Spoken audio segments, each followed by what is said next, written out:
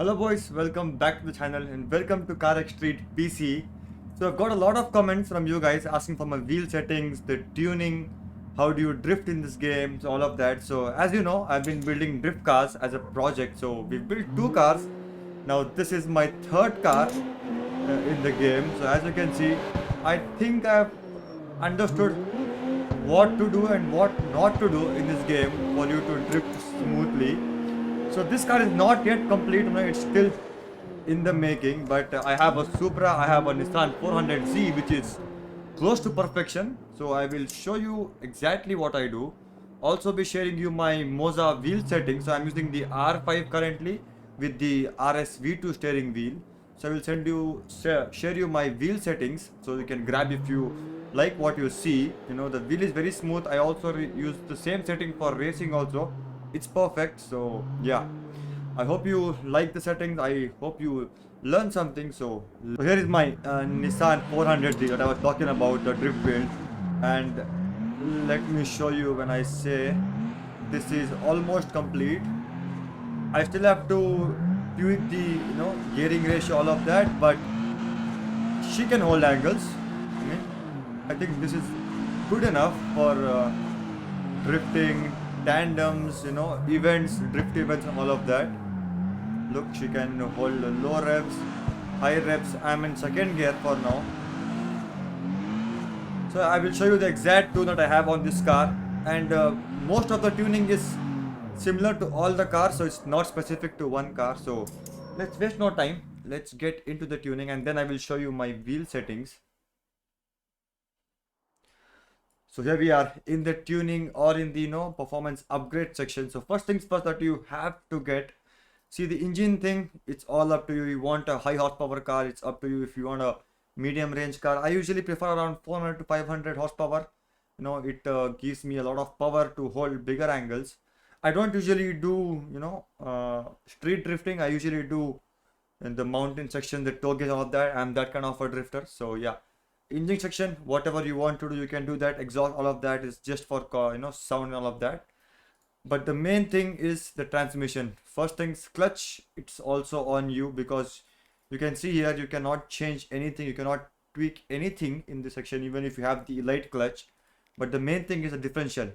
So if you don't have the ultimate unlocked, I would highly recommend you go for the welded drift. If you are planning to do a drift build, this is the best thing. But if you have the ultimate unlocked, just grab that, because with this you can tweak the welded or open diff, closed diff, and all of that. So this is a must, the ultimate clutch or the welded diff. Then we move on to the suspension.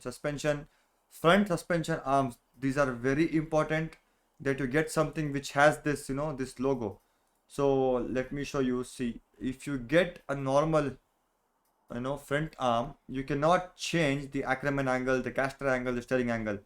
You can only change that when you have the racing or the elite. I would highly recommend you go for the elite. So you can change all of these settings here. And the front stabilizers, I don't think so it matters. Braking system also, I just go with the sport. I don't go anything above that. It's just a waste of money. The braking is good in the game as it is. And also similar to the race stabilizers, it does not give you a lot. The main thing is the front ones, the rear suspension arms. Yeah, even these, they give you the camber adjustment in the rear. So I would also recommend you go for the elite or the ultimate, whatever you have. Just go with something that allows you to change the minor settings in the camber or the Ackerman angle, all of that here. Front and rear dampers, I currently have sport, but I think yeah, even these don't matter a lot unless you want to deep dive and have the soft or stiff suspension, all of that. But I don't, yeah, as you can see, I just have sport installed here. So that's there. Wheels, I have the front spacers just to make it look nice. I mean, you can see my fitment is on point. So I have that for that purpose. Even the rear, I actually have a lot of positive camber here and a lot negative camber in the front. I will show you all of that too. Rims, they're cosmetic. I just go with the stock wheels on this car. And tires also, I go with the Racing Plus I don't go with stretched. I see a lot of people use the stretched tires. I mean, it depends on the looks. See, they don't look good, but this it fits perfectly. So yeah, as of the upgrades, as of buying the parts, this is what you have to focus mainly on. Weight reduction, not so much. So I see it's on stock. Fuel tank, don't waste your money here. You have enough fuel, and it's just 100 CR. So don't waste your money on fuel tanks. Aerodynamics, don't waste your money if it's a drift build. For race build, yeah, I would suggest you go for something, racing or elite. Don't go above that. And yeah, now is the main part, the upgrades. So once you have all the parts that I just mentioned, you come here. So if you have the, what do you say, the ultimate part, you mostly get all of this unlocked. I don't have it on the current car. So yeah, I mean, sorry, the welded diff is already, you can see here, the lock acceleration, all of that. So I probably have to update this. I haven't done that. I don't have the money, as you can see. I only have 1,000. So keep this to the max. It helps catching more angles. For that, I've seen that. I've also tested out on my Supra.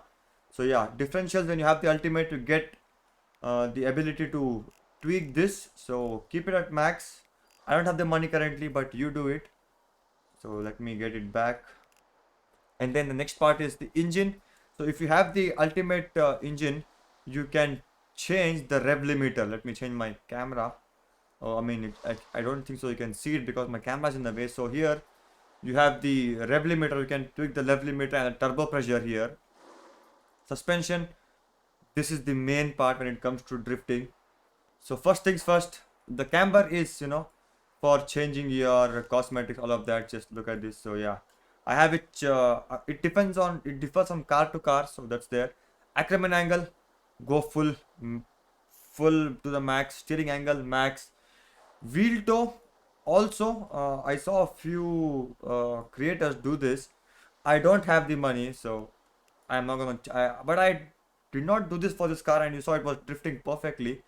So this is for the front.